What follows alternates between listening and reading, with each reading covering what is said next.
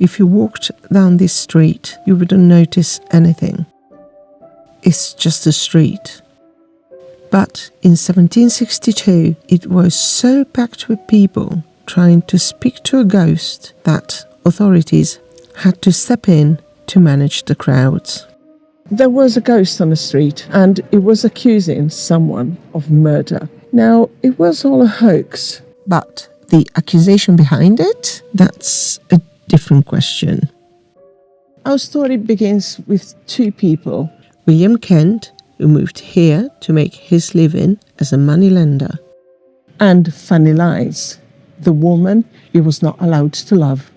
William had been married to Fanny's sister, and when she died, he turned to Fanny for comfort, and they fell in love. But there was a problem. In 1760, these kind of relationships were illegal under English law. So instead, they moved in together as lodgers in a room right here on Cock Lane. This is the area as it looked in the 1760s. Smithfield Market is just there, and it was one of the noisiest, most crowded parts of the city, and it still is. But this place had a darker side. Executions took place here. For example, Sir William Wallace, not too far from this spot. And beneath our feet, there are plague pits from the Black Death. So even before the ghost, this place already felt a bit haunted.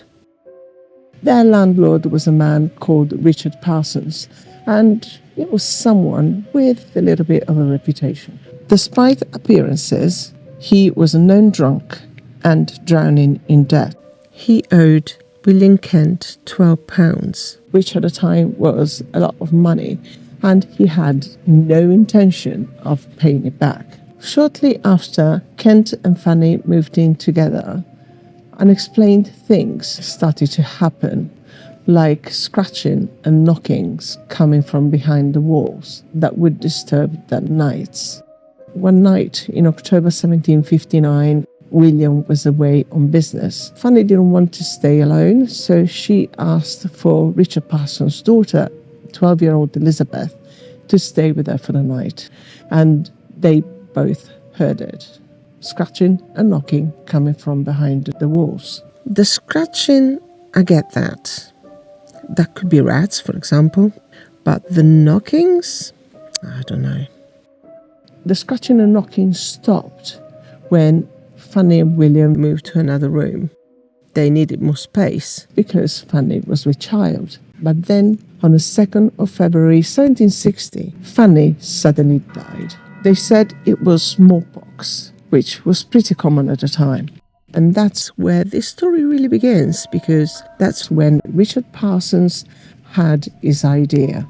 It just took him a little bit of time to play it out. In 1762, he started telling people that his house was haunted by a ghost that could answer questions. 1 knock for yes, 2 knocks for no. It was simple, and people totally bought it.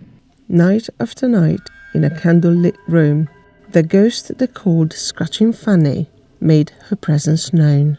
And through this crude code of knocks, a horrifying story began to unfold. The ghost claimed that she didn't die of smallpox at all.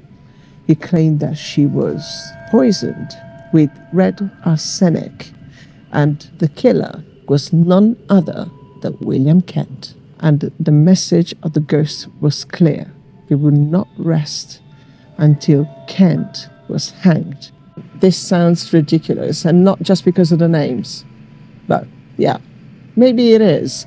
But consider this. This is 1762. That is before real journalism and before things were checked properly, like they are now, sort of. And belief in ghosts wasn't fringe. It was mainstream. Parsons had a secret weapon. Remember his daughter Elizabeth, the 12-year-old, who heard the knocking with Fanny that one night? Whether she went along with it or whether she was pushed by her father, Elizabeth was about to become the most famous child in England. While Kent's reputation was in shreds, he was being publicly accused by a ghost. This whole story plays out within just a few hundred meters. Within weeks, Cock Lane was packed. Hundreds of people were queuing every night to go inside. Lawyers, clergymen, members of parliament. At some point, even Edward, Duke of York and Albany, came down here just to hear Fanny knock. And of course, Parsons charged people to get in. Now, this is my favourite bit. Word of all this reached Samuel Johnson. He was already a well-known writer then. He wasn't easily convinced, so he didn't just go and see for himself. He put together a committee of learned men authorised by the Lord Mayor of London. And on the 1st of February 1762, they arrived here at Cock Lane. They sat in the dark and he waited. Now, before any of this was investigated, Parsons and the others were already holding seances. Elizabeth would be in bed and they would ask questions. And during one of these seances, the ghost made a claim.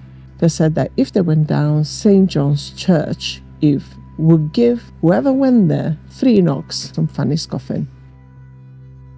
So Johnson decided to test it, and a committee went to the crypt of St. John's at midnight. And he waited, and he waited. Nothing. Now, the final nail in the coffin was when the servants found a small wooden board hidden under Elizabeth's clothes, which she used to make the scratching sounds. So, in other words, it was a 12-year-old making noises with a wooden board. Case closed, right? Well, not quite. And this is where this story gets genuinely dark. Let's head over to the Old Bailey, which is literally just here.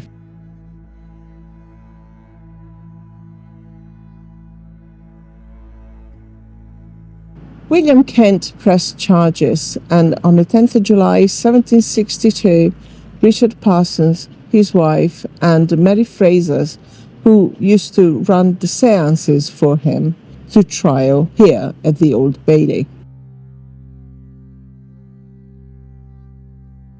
They were charged with conspiracy, fraud, and defamation. Parsons was sentenced to stand in a pillory 3 times at one end of Cock Lane, and then 2 years in prison.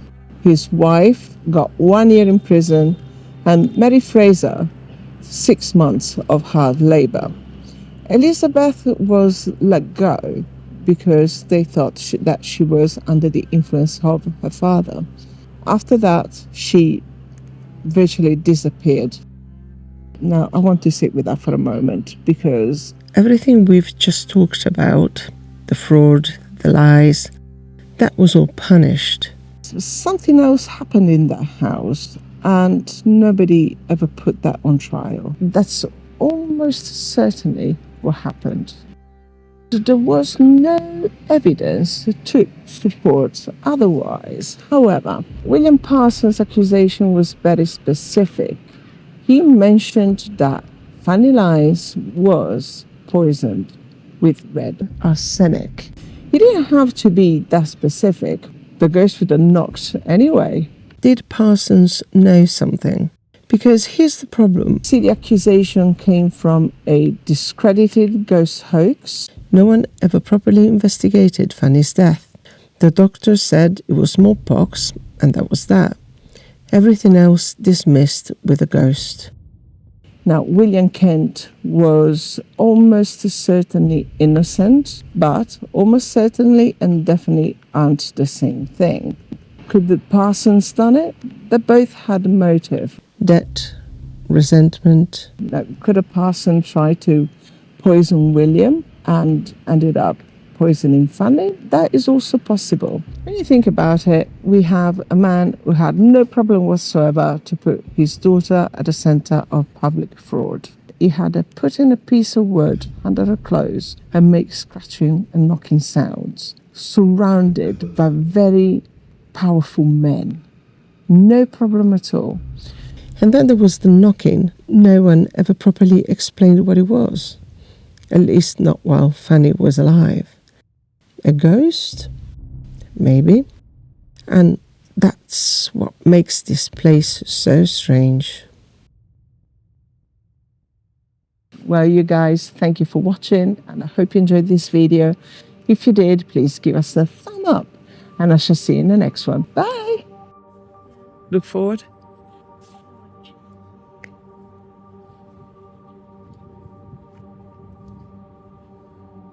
Look at this thing. And that was his daughter Elizabeth. Remember the 12-year-old that is standing behind me?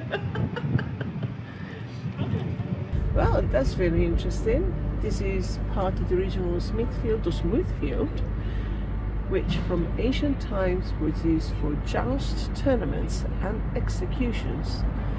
And it opened again in 1872. That's cool. I wonder if Richard Parsons actually drank here. Where was it established, this one? Doesn't say. 1698. So yeah, he would have drank here.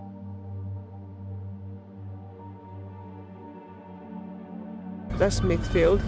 Cock Lane is literally just under.